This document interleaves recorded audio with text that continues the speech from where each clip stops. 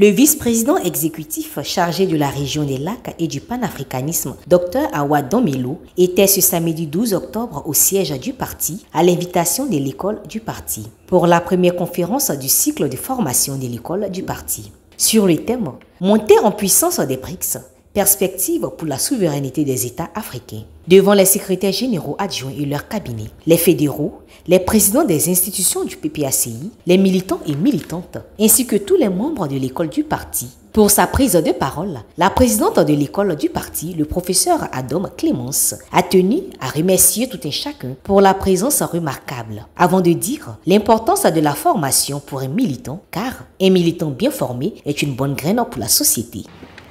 Merci surtout à la très haute direction du parti de nous soutenir depuis toujours.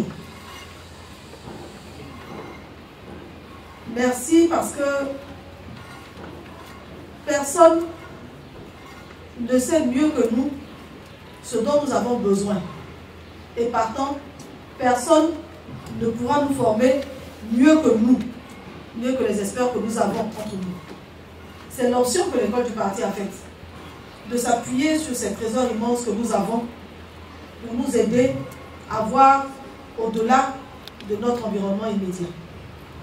Merci de votre intérêt. Les interventions, les débats qui ont eu lieu, riches, montrent l'intérêt, mais montrent aussi l'étendue de ce qu'il y a à creuser pour affiner la réflexion, au-delà des passions. Parce que je pense que c'est à partir de cela que chacun de nous pourra se faire sa propre idée et que nous pourrons tous avoir une position commune.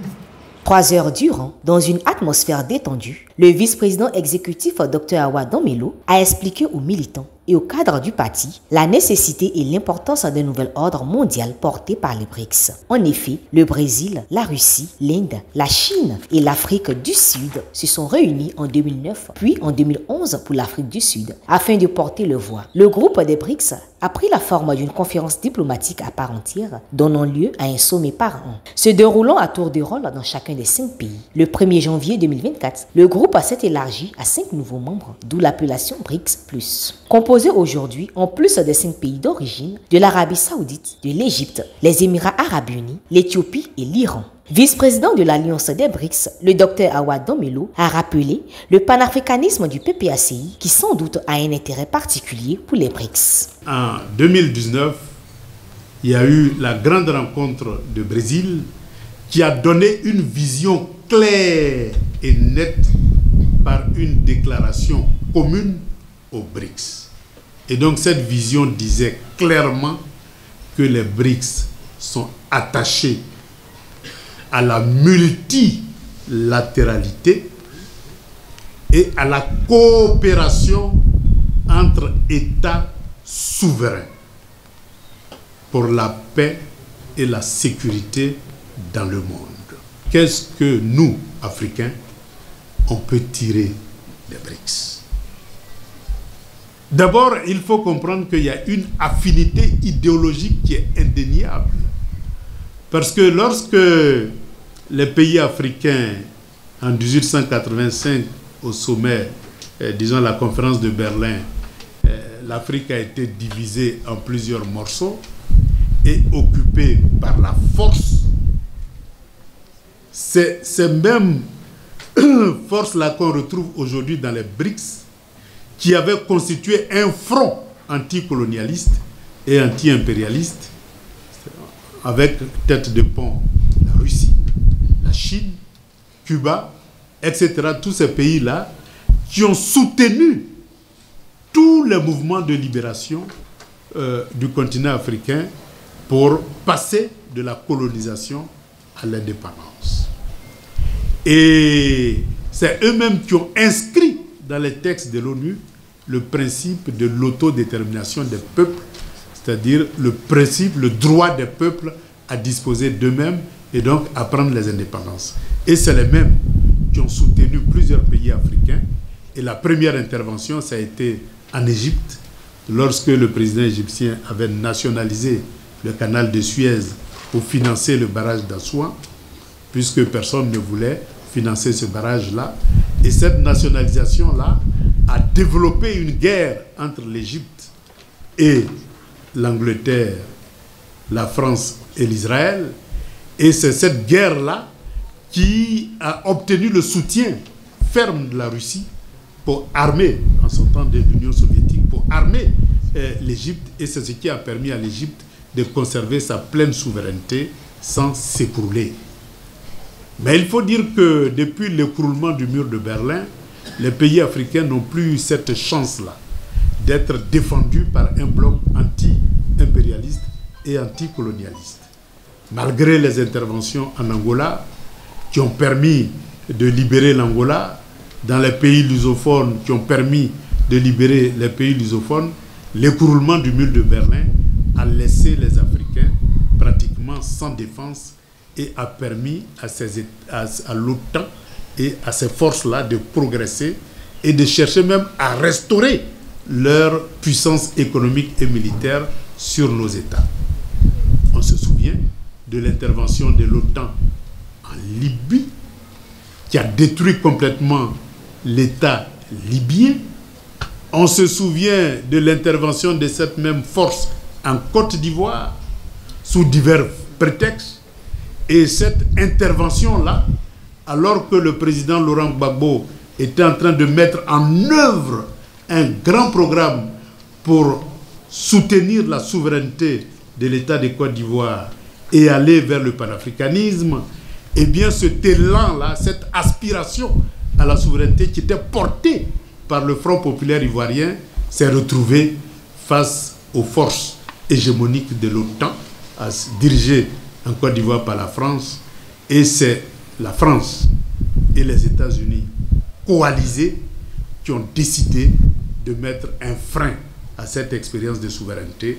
C'est ainsi que le 11, disons en avril 2011, Laurent Gbagbo, seul contre tous, je dis bien seul contre tous, malgré les multiples sanctions qui ont été imposées, malgré tous les bombardements qui ont été imposés à la Côte d'Ivoire, eh bien, il a tenu à maintenir la dignité du peuple ivoirien, mais aussi la dignité du peuple africain, sans abdiquer dans sa détermination à mettre fin à toute domination étrangère sur la Côte d'Ivoire.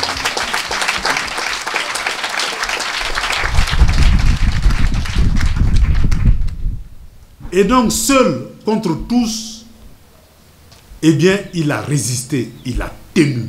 L'ensemble de ces expériences-là démontre une chose, nous devons comprendre une chose. Il ne peut y avoir de démocratie durable sans souveraineté militaire. Et cette souveraineté militaire-là passe par la montée en puissance des forces de défense et de sécurité nationale.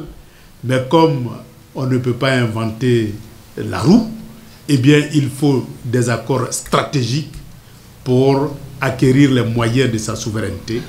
Et ces accords stratégiques-là, c'est les accords de défense et de sécurité, avec des pays qui n'ont rien à envier à nos ressources, à nos matières premières, et qui sont prêts tout simplement à mener le combat idéologique et politique pour la souveraineté des États. Indépendance, souveraineté, gestion des devises, ressources minières, économie des nations, tout y est passé. D'une manière générale, les BRICS sont l'une des instances promouvant une reconnaissance de la multipolarité, des équilibres économiques et politiques mondiaux en rupture avec l'organisation héritée de l'après-Seconde Guerre mondiale. Nous, les partis panafricanistes, nous avons le devoir d'exiger l'application de ces décisions-là dans nos différents parlements, dans nos différentes initiatives, pour que des décisions qui sont déjà prises, comme la création du Fonds monétaire africain, la création de la Banque africaine d'investissement, la création d'une monnaie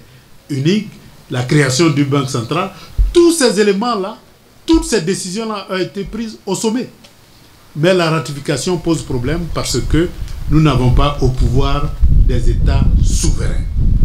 Voilà pourquoi, pour que nous puissions acquérir toute notre puissance économique, politique et militaire, nous devons faire de telle sorte que chaque État africain accède d'abord à la pleine souveraineté pour ratifier tous ces instruments-là, si demain nous devons accéder à la puissance économique, à la puissance militaire et aux États-Unis d'Afrique, le point de départ, c'est la souveraineté de chaque État.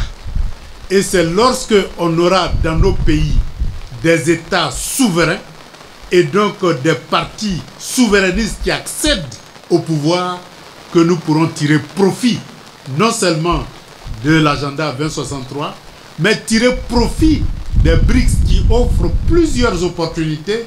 Mais pour le moment, compte tenu du fait que nous sommes pratiquement un monopole de l'Occident, on ne peut pas bénéficier de ces opportunités-là pour baisser la vie chère, mais aussi pour financer notre développement. Donc voilà un peu les éléments clés. Donc je dirais que nous avons en Afrique, avec l'expérience centrafricaine et l'expérience sénégalaise, une possibilité que la volonté du peuple pour la souveraineté est une issue pacifique et démocratique. Et donc, il revient, nous, militants du PPACI, de faire en sorte qu'étant donné que les idées de souveraineté que Laurent Gbagbo a sémées, non seulement a gagné toute l'Afrique, et donc on n'est plus seul, a même gagné le monde entier, donc on n'est plus seul, il nous revient en tant que PPACI de capitaliser le fruit de ces graines-là pour faire de telle sorte qu'en 2025, avec Laurent Gbagbo, nous puissions bénéficier du fruit des graines que nous avons sémées, c'est-à-dire faire arriver au pouvoir les souverainistes et les panafricanistes ivoiriens. Et c'est la seule façon que nous avons pour sauver la Côte d'Ivoire, pour sauver l'Afrique, pour sauver le nouvel ordre mondial qui est en train de naître. Pour la souveraineté économique, militaire et politique, il revient donc à chaque État africain de faire le bon choix d'avenir. Rester toujours lié aux colons exploitateurs ou se projeter dans un partenariat gagnant-gagnant, heureux et équitable entre pays souverains, les BRICS sont donc une alternative. Cette première conférence est le début d'une série de formations politiques et idéologiques de l'école du parti dénommée les grandes conférences de l'école. Deux autres conférences toujours animées par le vice-président exécutif Dr Awa Don Melo sont donc à venir.